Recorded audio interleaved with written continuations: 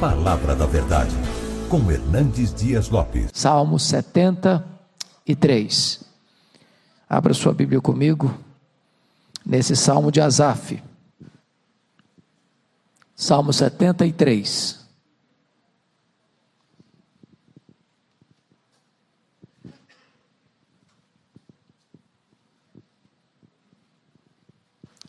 Lido o texto, mantenha a Bíblia aberta, para juntos considerarmos esta passagem.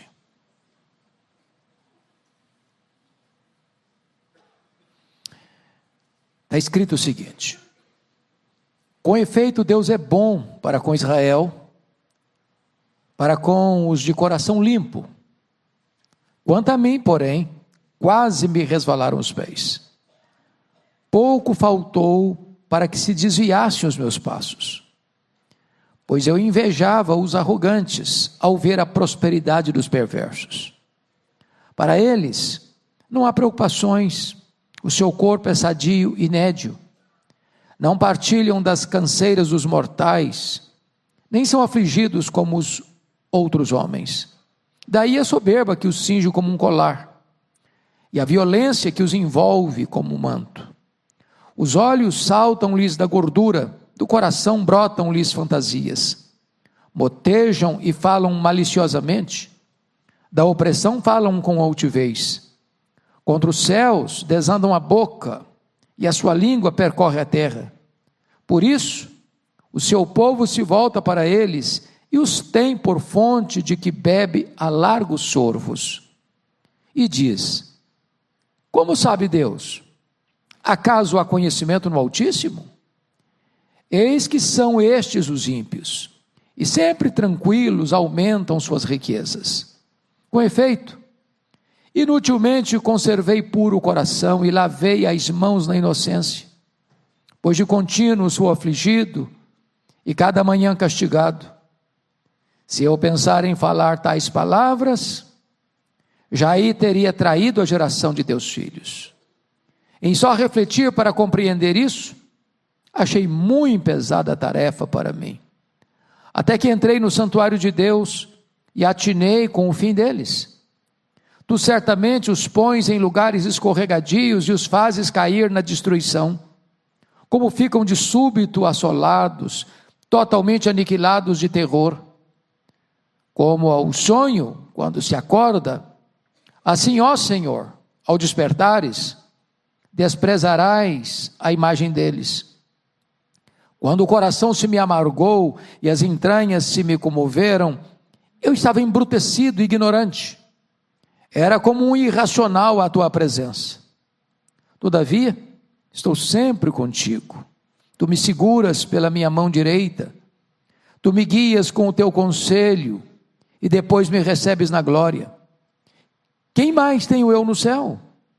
Não há outro em quem eu me compraza na terra. Ainda que a minha carne e o meu coração desfaleçam, Deus é a fortaleza do meu coração e a minha herança para sempre. Os que se afastam de ti, eis que perecem. Tu destróis todos os que são infiéis para contigo. Quanto a mim, bom é estar junto a Deus. No Senhor Deus ponho o meu refúgio para proclamar todos os seus feitos. Amém. Meus irmãos, eu quero então tratar com vocês hoje sobre a diferença entre o crente e o ímpio. A diferença entre o crente e o ímpio. Vocês perceberam aí na leitura do texto, que lá no cabeçalho do texto está escrito livro 3. E essa é a divisão do saltério, né? O saltério, 150 poemas escritos num período de 1000 anos aproximadamente, foram reunidos, organizados depois do cativeiro babilônico e agrupados em 5 livros, 1 ao 41, 42 ao 72, 73 ao 89, 90 ao 106 e 107 ao 150. Este salmo, Salmo 73, abre o terceiro livro. nesse terceiro livro, a maioria dos salmos é de autoria de Asaf. E este é um salmo de Asaf, tratando de um dos assuntos mais recorrentes, mais intrigantes da Bíblia, que é o problema da prosperidade do ímpio, daquele que não conhece a Deus, daquele que zomba de Deus, daquele que não tem compromisso com os valores de Deus, e parece que a vida dele aqui, na breve jornada do berço à sepultura, é melhor, é mais tranquila, é mais leve, é mais próspera, do que a vida daquele que é piedoso, que anda com Deus. O ímpio parece, na descrição dele, que tudo que põe a mão vira dinheiro. Os bens dele prosperam na terra. Ele tem saúde. Aliás, parece que o seu corpo é sadio e nédio. A ideia de nédio aí que já vem bronzeado de fábrica. Ele tem amigos que ficam lá bebendo a largos sorvos do que eles falam, embora só falem bobagens, blasfêmias, insultos. Seus filhos parece que são mais bem-sucedidos na vida. E então Asaf vai dizer para nós que de repente ele está na janela da tentação, olhando para os ímpios e olhando para si. Diz: puxa vida, a vida dele é melhor que a minha. Olha lá, eu não tenho os meus problemas. Ele não fica desesperado para pagar a conta no final do mês. Ele paga plano de saúde, mas nem ao médico precisa ir, porque a saúde dele é perfeita. Olha lá, está cercado de amigos, ou pelo menos de bajuladores. As pessoas recorrem a eles como os sabichões do tempo. Ele não tem preocupação como eu tenho. E diz o texto, que num dado momento Asaf começa a sentir inveja da vida do ímpio. Porque ele olha para si, e ele só leva burdoada na cabeça. Todo dia afligido, todo dia castigado. E a pergunta é: será que vale a pena ser crente? Será que tem vantagem em ser crente? Será que tem algum benefício temporal em servir a Deus? Porque para mim parece que só tem os rigores da lei, para outros só os favores da lei.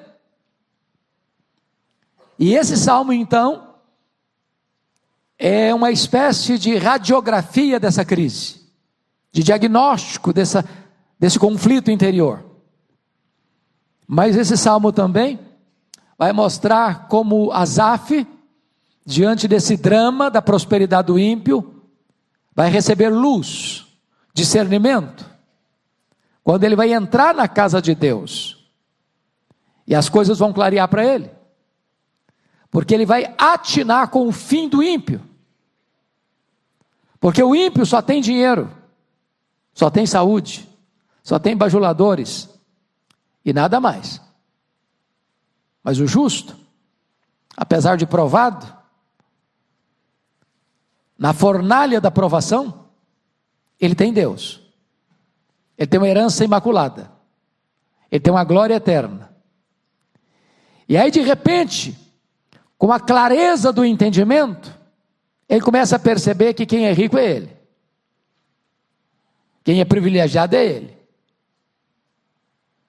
quem tem motivo de cantar, ainda que nas noites escuras do sofrimento, é ele.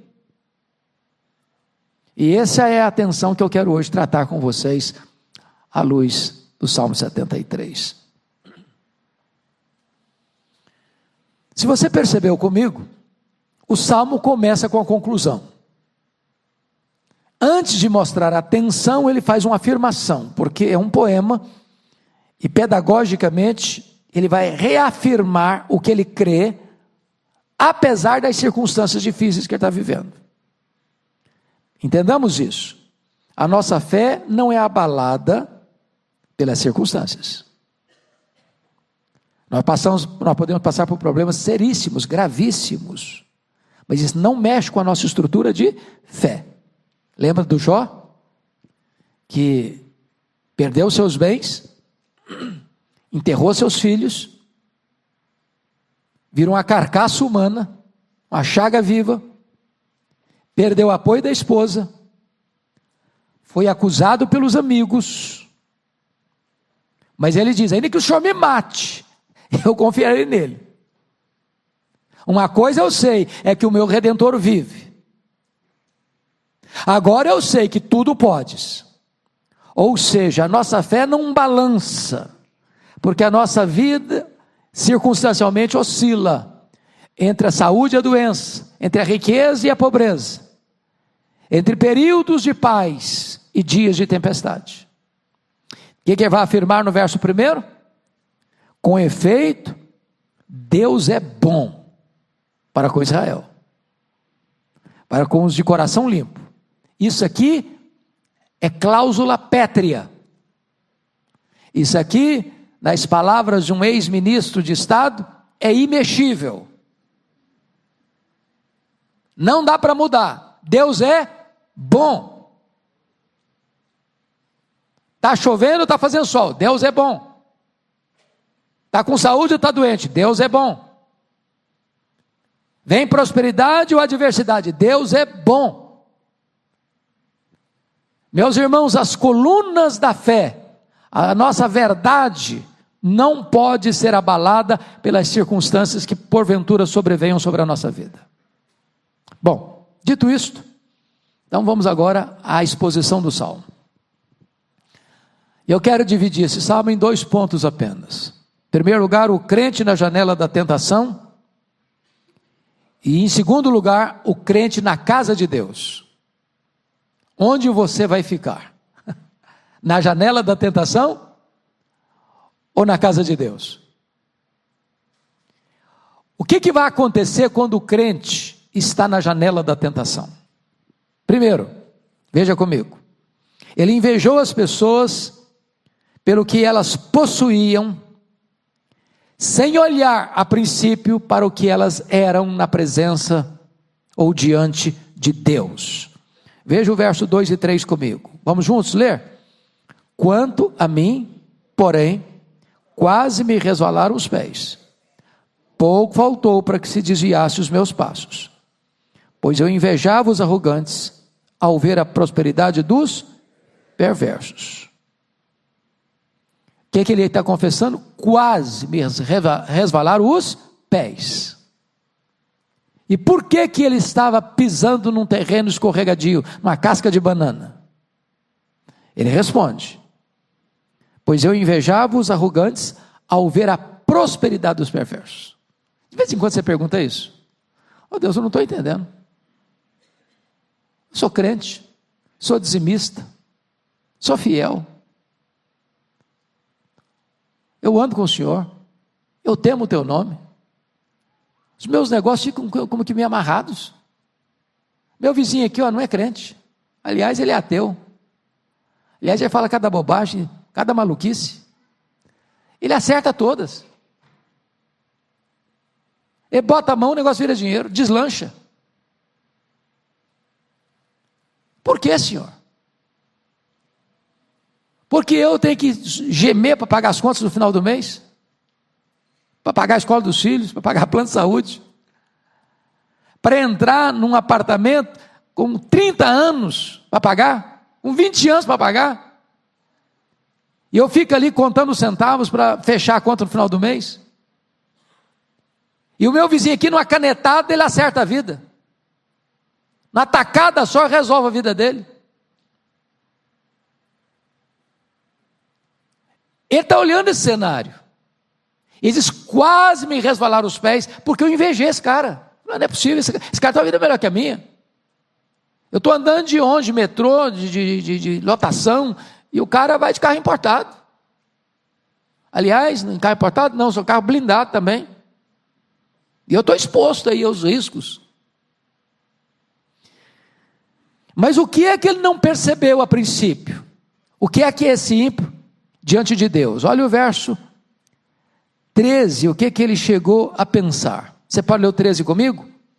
Com efeito, inutilmente conservei puro o coração, lavei as mãos na inocência. Aqui está o perigo. Deus, não está valendo a pena. Eu acho que eu vou começar a transigir também. Porque esse cara aí não tem esse problema de consciência, não vou fazer esse negócio não, porque isso aqui é contra o meu princípio, eu sou crente, se eu transigir com isso aqui vai ficar feio, o nome de Cristo vai ficar aí maculado por causa do meu mau testemunho. O ímpio não tem essa preocupação. Ele não está perguntando isso. Ele é regido pelo pragmatismo, não quer saber se é certo, quer saber se dá certo. Eu não quero saber se é verdade, quero saber se funciona. Eu não quero saber se isso aí vai trazer algum transtorno para a fé, eu quero saber se eu vou ter proveito. Eu não preciso ser um político honesto, eu vendo meu voto lá para apoiar uma proposta lá e levo uma grana. Eu não preciso ser um empresário honesto, eu faço um negócio aqui nos bastidores e vou ter lucro. Eu não preciso ser íntegro nas minhas decisões. Foi inútil eu ter conservado meu coração puro, de ter lavado as minhas mãos na inocência. Eu só estou levando bordoada, eu estou passando um aperto. Essa era a crise dele. Ele invejou as pessoas pelo que elas possuíam, sem olhar para o que elas eram diante de Deus. Mas o segundo problema dele, ele olhou para a saúde física e emocional dos ímpios, em contraste com as aflições do justo. Olha os versos 4 e 5 comigo. Vamos ler juntos? Para eles não há preocupações. O seu corpo é sadio e nédio. Não partilham das canseiras dos mortais. Nem são afligidos, como os outros homens. Vejam vocês que têm saúde física, o corpo é sadio, tem beleza física, seu corpo é nédio no sentido de parece estar bronzeado, o cara vai para o spa, o cara ele contrata um personal training para ele vai para um nutrólogo e vai tomar só a comidinha certinha, na hora certinha, tudo para ele, um negócio assim bem arranjadinho, bem controladinho, não tem problema. Mas mais do que isso, ele tem saúde emocional, não tem preocupação, ele não está preocupado se vai vencer a prestação. Aliás, nem prestação ele tem dinheiro entrando na conta dele. Não partilha das canseiras dos mortais. O cara pode acordar o que ele quiser, ele pode dormir à tarde, ele não tem que cumprir horário. E mais, não são afligidos como os outros homens. Tem aperto não. Então ele está olhando essa cena toda e comparando com ele. Olha o versículo 14. Olha o contraste aí. Pois de contínuo sou afligido e a cada manhã castigado. De contínuo. Cada manhã. Parece que ele acorda com o pé esquerdo, ele bota o pé é problema, hoje tem problema, amanhã tem mais problema, amanhã aí a tempestade aumenta um pouco mais. Eu falei, não dá. Então uma desigualdade aí. O ímpio está levando vantagem, está ganhando de goleada de mim. Eu acho que essa crise era só do Esaf, ou essa crise é nossa também? Vocês não têm essa crise, tem? Bom, terceiro lugar, ele olhou para a carnalidade dos ímpios em contraste com a pureza dos justos. Olha aí o versículo 6 a 10, vamos lá, vamos ler juntos, 6 a 10. Daí a soberba que os atinge como um colar, e a violência que os envolve como um manto. Os olhos saltam-lhes da gordura, do coração brotam-lhes fantasias, motejam e falam maliciosamente, da opressão falam com altivez, contra os céus desandam a boca, a sua língua percorre a terra, por isso seu povo se volta para eles, e os tem por fonte de que bebe a largos sorvos. Quanto mais bobagem o cara falar, mais seguidor tem. Quanto mais loucura o cara fizer, mais admirador tem. Vejam vocês, soberba. Soberba é o pecado que mais Deus odeia. Foi o pecado que causou a queda dos anjos e a queda dos homens. Deus resiste ao soberbo, mas o cara é soberbo. O cara acha que ele é o tal. Aí diz o texto, notem vocês, a violência os envolve como um manto, porque a violência é fruto da soberba. Ou seja, se eu sou soberbo, tudo tem que girar ao meu redor, tudo tem que fazer a minha vontade. Quem se colocar no meu caminho vai ter que sair, porque a minha vontade prevalece. Olha o verso 7, os olhos saltam-lhes da gordura, do coração brotam-lhes fantasias.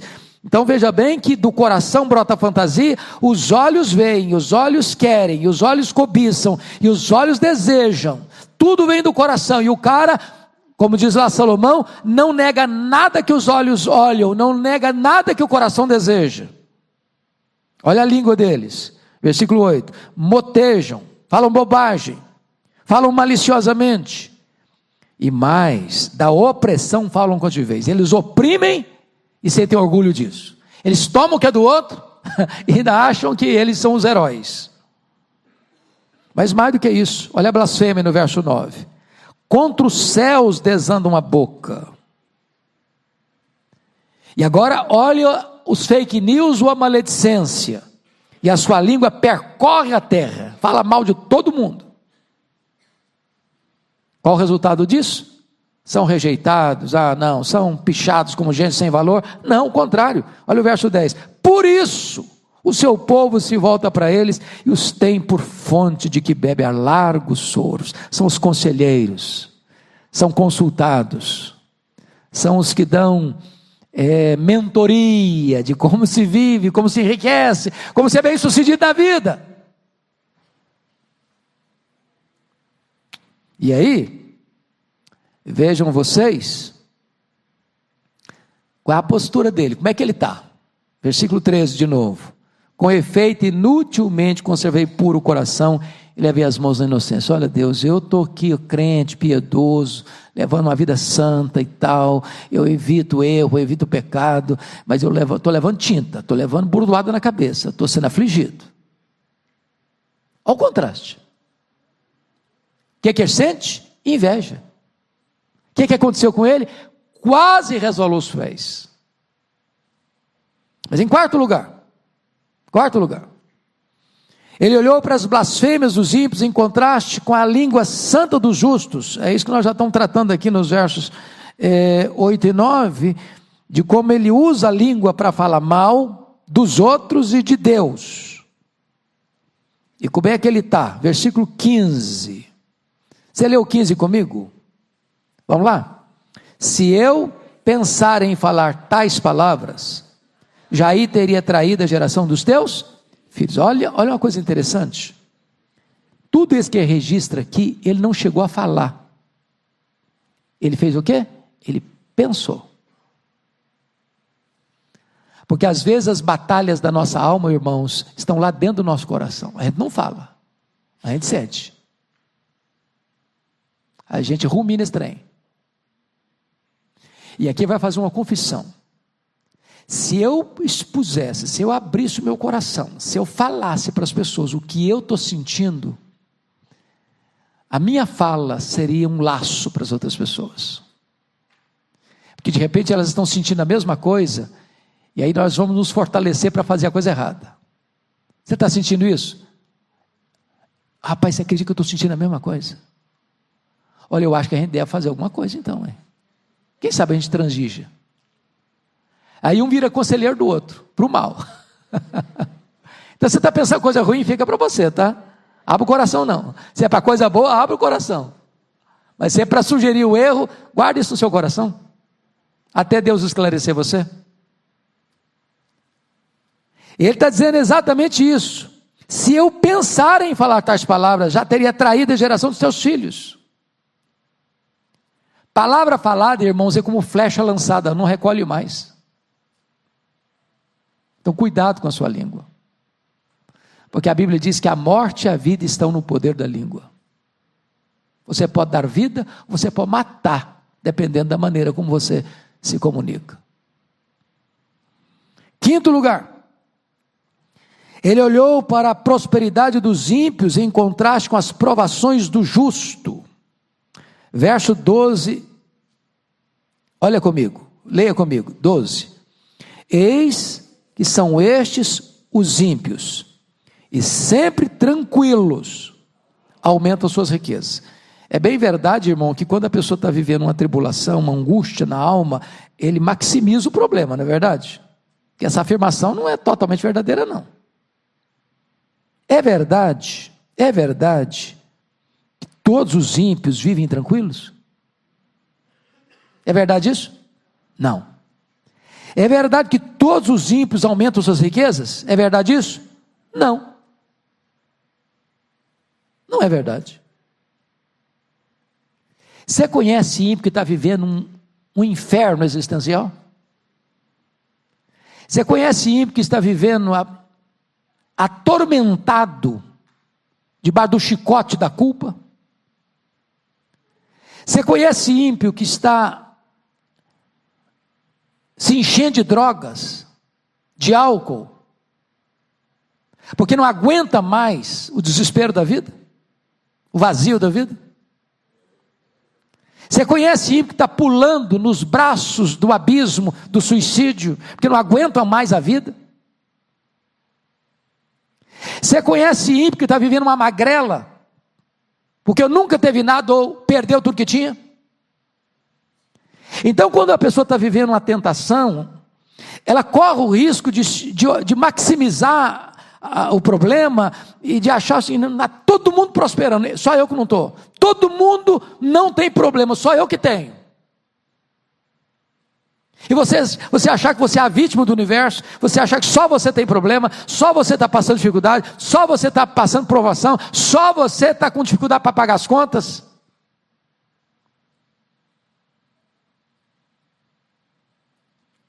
Ele faz uma leitura distorcida do problema. Olha o verso 14. Vamos ler juntos? Pois de contínuo sou afligido, cada manhã castigado. Será que isso é verdade também? Será que é verdade também? Bom, estou falando para um grupo de irmãos e irmãs, de gente crente. Você tem luta na sua vida?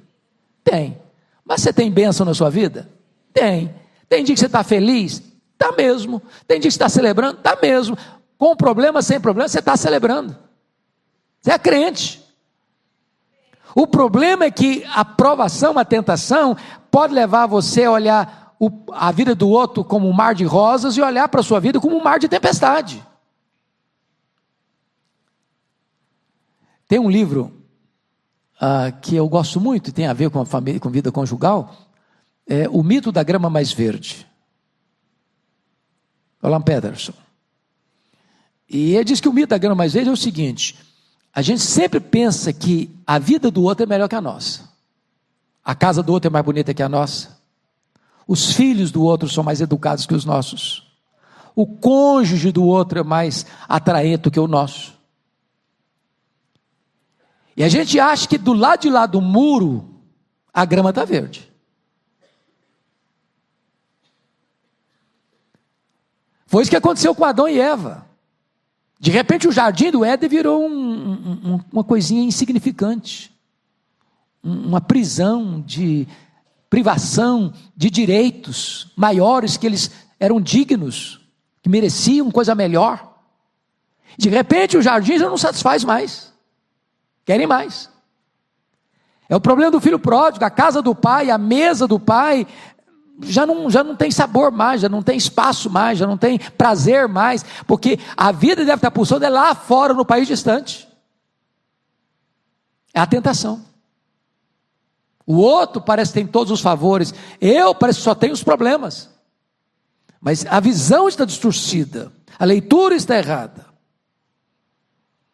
O que ele está olhando nesse mapa da tentação, ou na janela da tentação, é que havia coroas para os réprobos e cruzes para os eleitos. Os ímpios estavam cantando e ele chorando.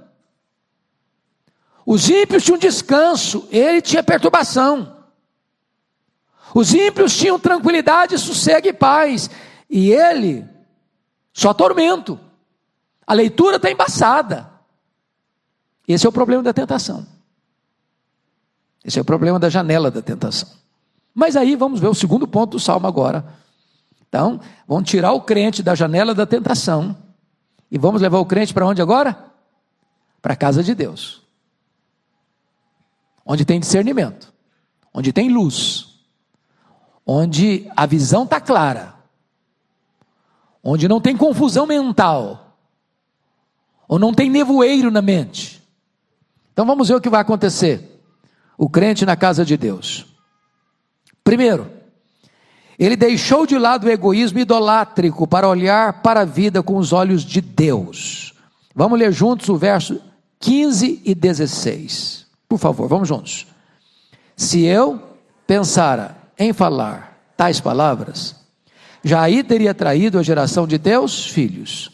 Em só refletir para compreender isso, achei muito pesada tarefa para mim. Vejam vocês que o problema dele está no nível mental, antes de estar no nível moral. Ele está pensando, ele está refletindo. E o que ele está refletindo? Ele está refletindo que há coisas que às vezes estão aqui dentro, sendo remoídas, mexidas, recicladas, que não devem ser ditas, para não ser laço, causa de tropeço para outras pessoas. Tem palavras que, se nós as proferirmos, elas vão ser uma casca de banana no caminho de muita gente.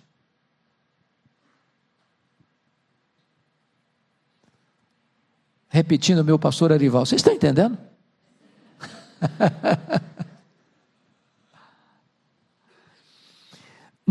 Notem vocês, no verso 17, em só refletir para compreender isso, porque tem hora que é preciso refletir para compreender. O crente, irmãos, não aposenta a sua cabeça, não aposenta a sua inteligência, não aposenta a sua razão. Cristianismo é racional. Nas palavras de John Stott, crer é também pensar. É preciso refletir mesmo. Quando a crise chega, quando a dúvida chega, quando a tentação bate a porta, é preciso parar e refletir. Quem eu sou? Quem é o meu Deus? Qual é a promessa de Deus? Qual é o meu fim? Olha para a vida do ímpio. O que ele tem? O que ele terá? Quais são as vantagens dele? Quais são as minhas? É preciso ponderar tudo isso, botar tudo isso na balança. E então o que acontece? Ele deixa esse egoísmo idolátrico, esse vitimismo dele, essa autopiedade dele, ficar acariciando a sua ferida, para começar a refletir. Porque se ficar só no campo emocional, a gente começa a ter dó da gente mesmo. Coitadinho de mim, ai, tadinho de mim, eu sou a vítima do universo, Deus não gosta de mim, olha o que eu estou passando, olha a luta que eu estou vivendo, olha a prova que eu estou enfrentando, olha o vale que eu estou descendo, olha o chicote nas minhas costas, olha a burdoada na minha cabeça, olha a luta que eu estou vivendo, olha aí o meu vizinho, não é crente não, olha aí, ele não está passando esse problema não. Eu começo a me vitimizar, eu começo a ter autocompaixão. Mas em segundo lugar, ele entrou na casa de Deus para olhar para a vida como Deus a vê. Veja os versos 17 a 20 comigo. Vamos juntos ler esse texto. 17 a 20, por favor, vamos juntos. Até que entrei no santuário de Deus e atinei com o fim deles. Tu certamente os pões em lugares escorregadios e os fazes cair na destruição. Como ficam de súbito assolados, totalmente aniquilados de terror. Como ao sonho, quando se acorda, assim, ó Senhor, ao despertares, desprezarás a imagem deles. O que está acontecendo aqui? O Asaf deixou de ser um juiz de Deus para ser um adorador. Porque às vezes a gente acha que a gente é mais sábio que Deus. Oh Deus, o senhor acha que está fazendo uma coisa errada. O senhor está pesando a mão demais aqui, passando a mão na cabeça do outro, passando pano para o outro. A gente começa a julgar Deus. A gente começa a achar que Deus está sendo injusto, que eu mereço mais. Aí ele entra na casa de Deus, e entrar na casa de Deus, irmão, significa escutar a palavra de Deus. Olhar para a vida na perspectiva de Deus, com as lentes de Deus. E a primeira coisa que ele vai compreender, quando eu entrei no santuário de Deus, eu atinei com o quê? Com o fim deles. Agora eles estão na boa, agora eles estão no alto, agora eles estão no topo da pirâmide, agora eles estão sendo aplaudidos, agora eles estão se enriquecendo, agora eles estão blasfemando, agora eles são os tais. Mas quando eu paro para imaginar, como é que vai ser o fim deles? E o fim deles? E quando chegar a hora do julgamento? E quando Deus for acertar a conta com eles? E quando Deus os chamar à sua presença? E quando eles forem pesados na balança de Deus? E aí a coisa começou a clarear para ele. Então notem comigo o verso 18. Tu certamente, olha a convicção, tu certamente, não é talvez não, tu certamente os pões em lugares escorregadios e os fazes cair na destruição. O que é que está dizendo? É que o cara que começa a zombar de Deus, Deus coloca uma espécie de oportunidade para ele. E ele vai cair na destruição. Ele acha que está levando vantagem, e aí é a sua destruição. Não diz lá Tiago, que a riqueza mal adquirida vai ser combustível do fogo que vai destruir a pessoa? Pense comigo nessa triste situação de corrupção galopante no Brasil, em todos os setores da sociedade, e a pessoa acha que está levando vantagem. Mas na verdade aquela riqueza que ela acumulou desonestamente, surrupiando, seja do erário público, seja de bens particulares de alguém para se enriquecer, aquilo vai ser a sua destruição. Deus coloca a destruição no caminho delas. Olha comigo o versículo 19, como ficam de súbito assolados, totalmente aniquilados de terror. Veja bem que ele estava em paz, não é isso que ele estava dizendo? Está sereno, está seguro, está tranquilo. Até quando ele vai ficar tranquilo? Até quando vai ficar tudo bem com ele? Vai chegar uma hora que essa tranquilidade dele vai acabar. E se não acabar enquanto aqui caminhar, certamente vai acabar no dia do juízo. Quando o Senhor vai dizer para ele: apartai-vos de mim, vós os que praticais a iniquidade, para o fogo eterno, preparado para o diabo e seus anjos, e não haverá quem recorrer, e não haverá bajulador que vai ajudar. Mas tem mais. Por favor, note comigo a figura do verso 20. Como ao sonho quando se acorda, assim, ó Senhor, ao despertares, desprezarás a imagem deles. Ele está usando uma figura de linguagem, como se Deus estivesse aqui agora, dormindo. Porque essa é a pergunta da sociedade: por que que o camarada faz e acontece, faz e acontece, faz e acontece, faz e acontece, não acontece nada com ele? Por que que ele consegue subornar uma testemunha, subornar um juiz, subornar uma corte, subornar aqui, subornar ali, e ele escapa de tudo, ele escapa de todos? Onde está Deus? Parece que Deus está dormindo. Essa é a linguagem. E a Bíblia usa muito essa linguagem, como se Deus estivesse dormindo, como se Deus não estivesse olhando, como se Deus estivesse percebendo. E ele diz que haverá um momento em que Deus vai acordar. Não é que Deus dorme, não, Deus não dorme. Não dormita nem dorme o guarda de Israel. A linguagem é que parece que tem hora que Deus não acerta as contas na hora. É isso mesmo. Deus nem sempre acerta as contas na hora. Deus não castiga o pecador. Acabou de pecar, vem castigo. Aí o cara, eu falei, epa, que é isso? Deus dá corda para o cara. Mas quando Deus levantar, aí está perdido. Aí não tem a quem recorrer. Aí não tem ninguém que os livre. Essa é a linguagem de Asaf aqui.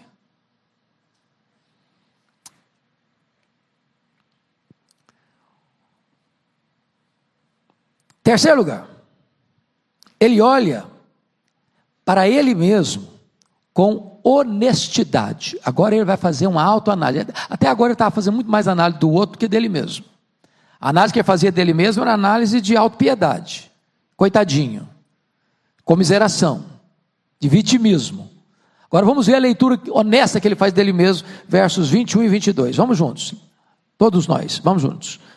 Quando o coração se me amargou e as entranhas se me comoveram, eu estava embrutecido e ignorante, era como um irracional à tua presença. Vejam vocês, meus amados, que no verso 13 e 14, qual era o diagnóstico que ele tinha feito dele mesmo?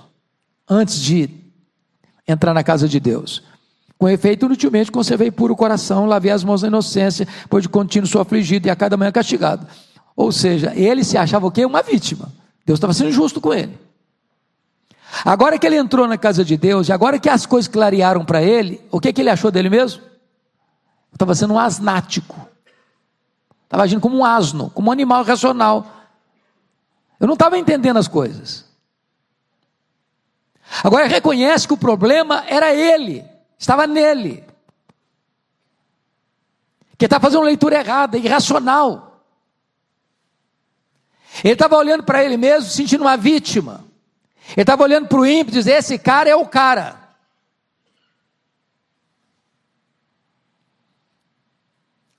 Quantas vezes, meus irmãos, a gente também corre o risco de agir como um tolo, pensar como um tolo.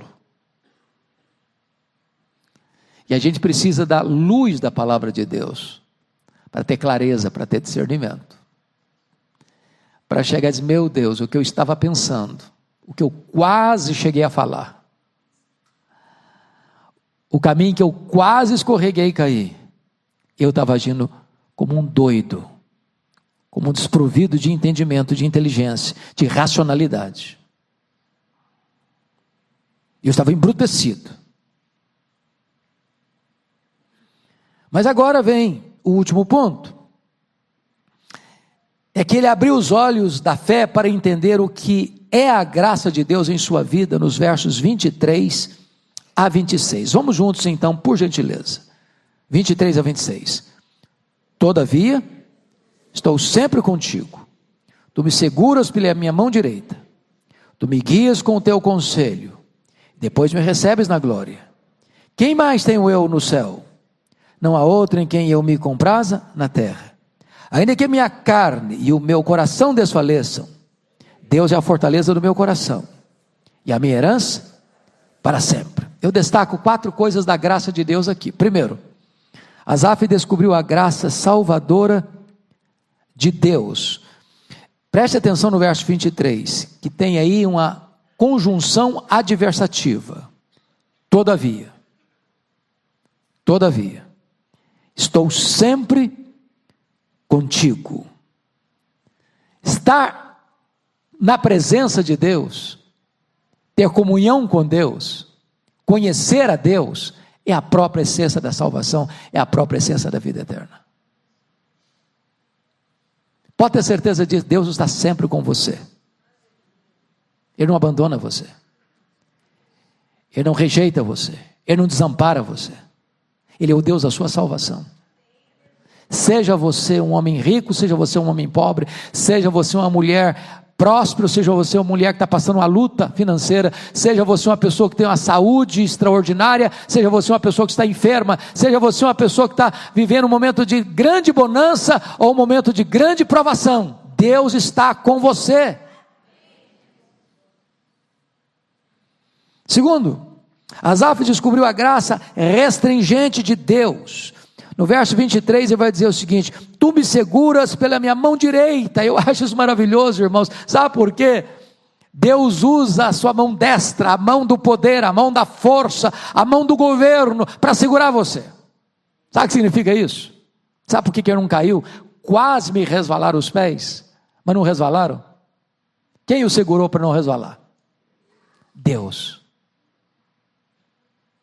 A Bíblia diz que Deus conhece a nossa estrutura e sabe que somos pó. Ou seja, nem você, nem eu conseguimos ficar de pé, escorados no bordão da autoconfiança. Ou Deus segura a nossa mão, ou nós perecemos, ou nós caímos.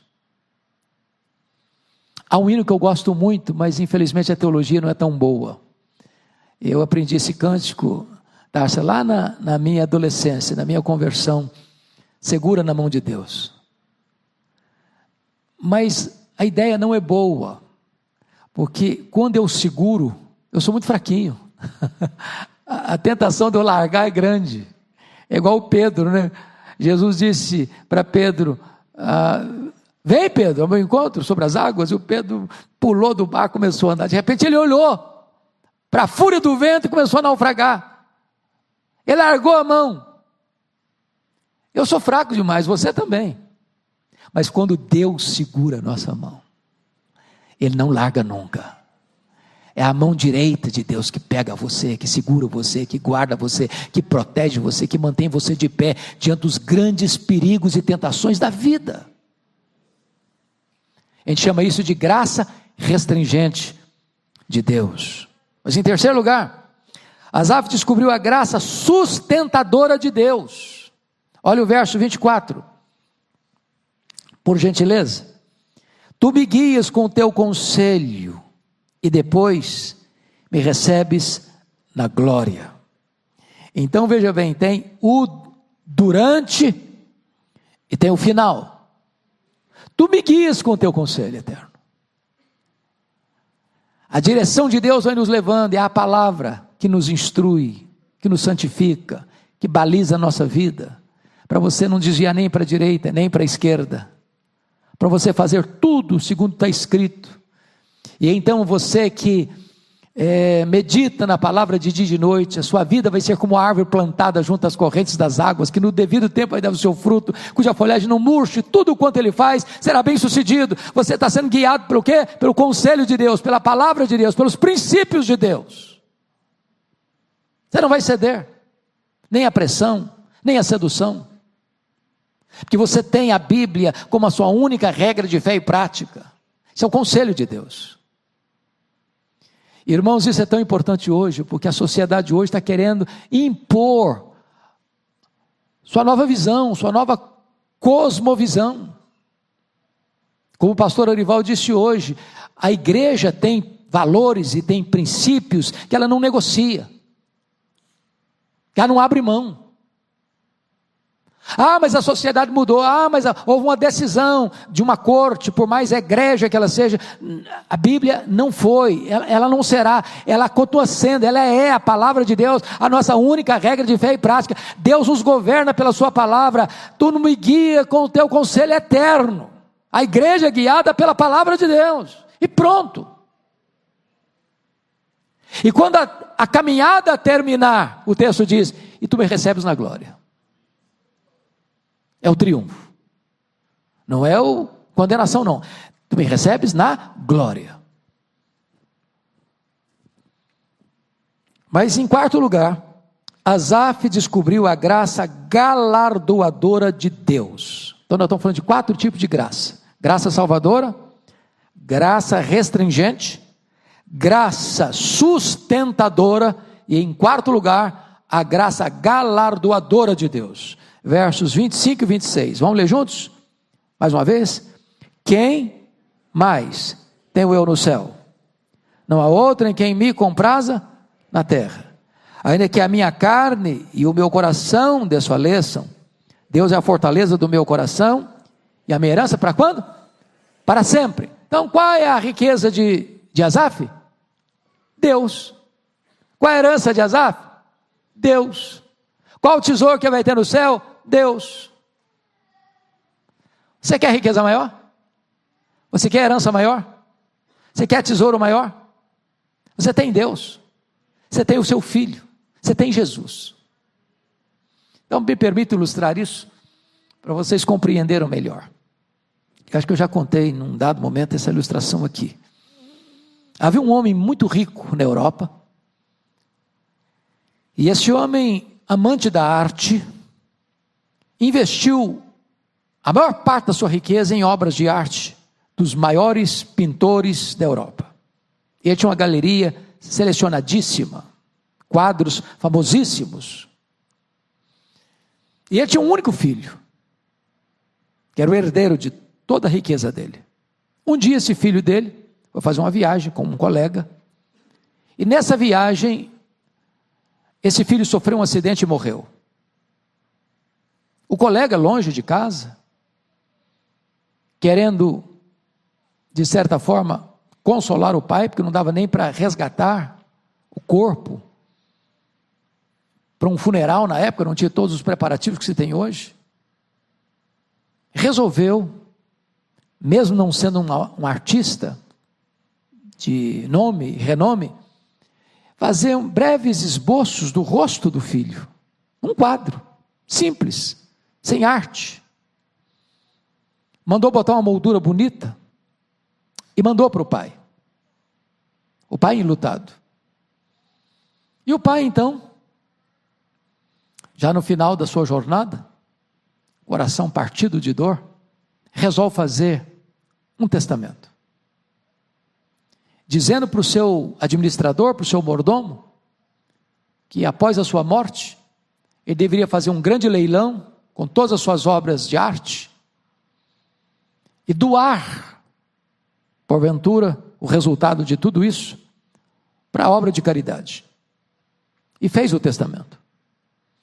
Ele foi a óbito, em tempo oportuno o administrador faz o grande leilão, convocando as pessoas mais amantes da arte, as pessoas mais aquinhoadas, para disputar ali aquelas obras de arte. E então, num salão muito nobre, muito bonito, muito rico, muito pomposo, as pessoas mais ricas e as mais amantes da arte estavam lá para comprar os quadros, seriam leiloados. Mas curiosamente, quando o administrador vai fazer o leilão, o primeiro quadro que ele bota para ser leiloado foi o quadro do filho. Não tinha valor nenhum, não tinha arte nenhuma, não tinha beleza nenhuma, não tinha assinatura de nenhum artista. E o pessoal ficou muito decepcionado. E ninguém queria fazer oferta nenhuma, inclusive. Lá pelas tantas, um cidadão levantou-se, fez a oferta e comprou o quadro. O quadro do filho, que o colega tinha feito. E quando ele comprou o quadro do filho, o administrador disse assim: está encerrado o leilão. Todos protestaram, falaram: que negócio é esse? Nós fomos chamados aqui, fomos convocados aqui, como está encerrado o leilão? Está encerrado o leilão, porque faz parte do testamento. Quem tem o filho, tem tudo, é dono de tudo. Está escrito lá em João: quem tem o filho, tem a vida. Se você tem Jesus, você tem tudo. Tudo é seu. Tudo é seu. Você tem o dono de tudo. Ele, Deus, o Filho, é o seu, é a sua herança, é a sua riqueza, eternamente. É isso que ele está dizendo. Mas notem comigo, no versículo 26, ainda que minha carne e meu coração desfaleçam, Deus é a fortaleza do meu coração e me herança para sempre. Ou seja, não importa se aqui no mundo, entre o berço e a sepultura, eu vou ter problema, vou ter luta, vou ter enfermidade, vou ter pobreza, vou ter aflição, vou ter isso, vou ter aquilo. Não importa, ainda que meu coração desfaleça. Isso não muda a verdade eterna de que Deus é a minha herança, a minha riqueza para sempre. Então quem é feliz na verdade? Quem é rico na verdade? É o crente, que tem Deus como sua herança, que tem aqui a graça salvadora, a graça restringente, a graça sustentadora, a graça galardoadora. Mas vamos à conclusão, nos versos 27 e 28. Vamos ler juntos a conclusão do Salmo? Os que se afastam de ti, eis que perecem. Tu destróis todos os que são fiéis para contigo. Quanto a mim, bom é estar junto a Deus. No Senhor Deus põe o meu refúgio, para proclamar todos os seus feitos. Ele começa o salmo dizendo: eu quase resvalei os pés. Eu invejei o ímpio, a prosperidade dele. Eu achei que o ímpio estava na vantagem, e eu estava em desvantagem. Toda manhã castigado, toda manhã afligido. Achei por um momento que tinha sido em vão eu ter conservado a minha vida limpa, pura, santa, piedosa. Mas agora eu fiquei esclarecido. Agora eu percebi que a realidade é outra. Agora eu percebi que a vantagem do ímpio é muito pequena e muito limitada e muito temporária, mas a minha herança, a minha riqueza, a minha segurança é eterna. O ímpio vai perecer, mas eu, quanto a mim, é bom demais estar junto a Deus. Bom demais. Pois no Senhor eu ponho o meu refúgio, para fazer o quê? Proclamar todos os seus feitos. Agora eu não acho que Deus é injusto, mas não, agora eu acho que Deus é bom. E é assim que ele conclui, como disse lá no começo, no versículo 1, ele começa com a conclusão.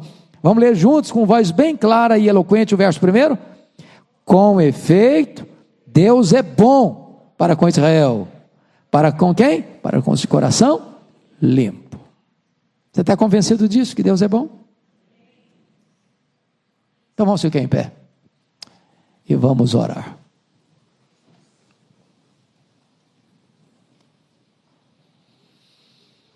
Está passando luta na vida? Vocês não têm luta, né? Ou ainda tem?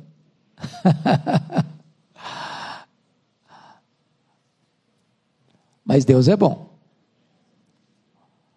E a herança que você tem é eterna. E a herança que você tem, nenhum ouro da terra pode comprar. E você a recebeu de graça. Você foi alvo da graça de Deus. A graça salvadora. A graça restringente que segura você. A graça abençoadora, galardoadora. Senhor, nós te agradecemos pela tua palavra. Porque ela faz um diagnóstico do nosso coração. Ela abre as nossas entranhas e expõe os dilemas que enfrentamos na janela da tentação.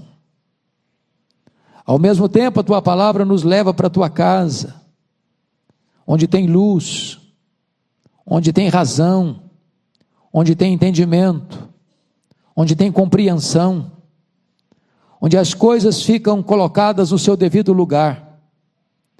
E então chegamos à conclusão que as provas que passamos aqui, os sofrimentos do tempo presente, não são para comparar com as glórias por vir a serem reveladas em nós. E então nós compreendemos que o sofrimento do tempo presente é nada diante da glória que teremos contigo para sempre, onde tu hás de enxugar dos nossos olhos toda lágrima, onde não vai ter mais dor, nem luto, nem pranto, porque as primeiras coisas terão passado. Porque a tua palavra nos diz que aqui tu nos guias com teu conselho eterno, mas então tu nos receberás na glória, onde estaremos para sempre contigo.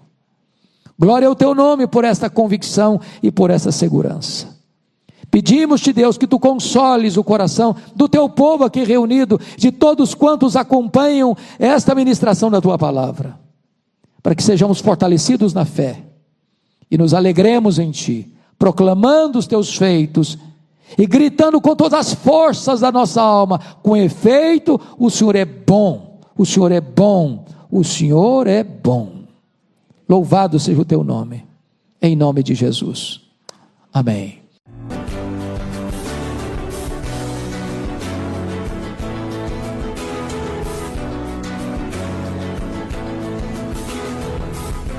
Palavra Palavra da Verdade, com Hernandes Dias Lopes.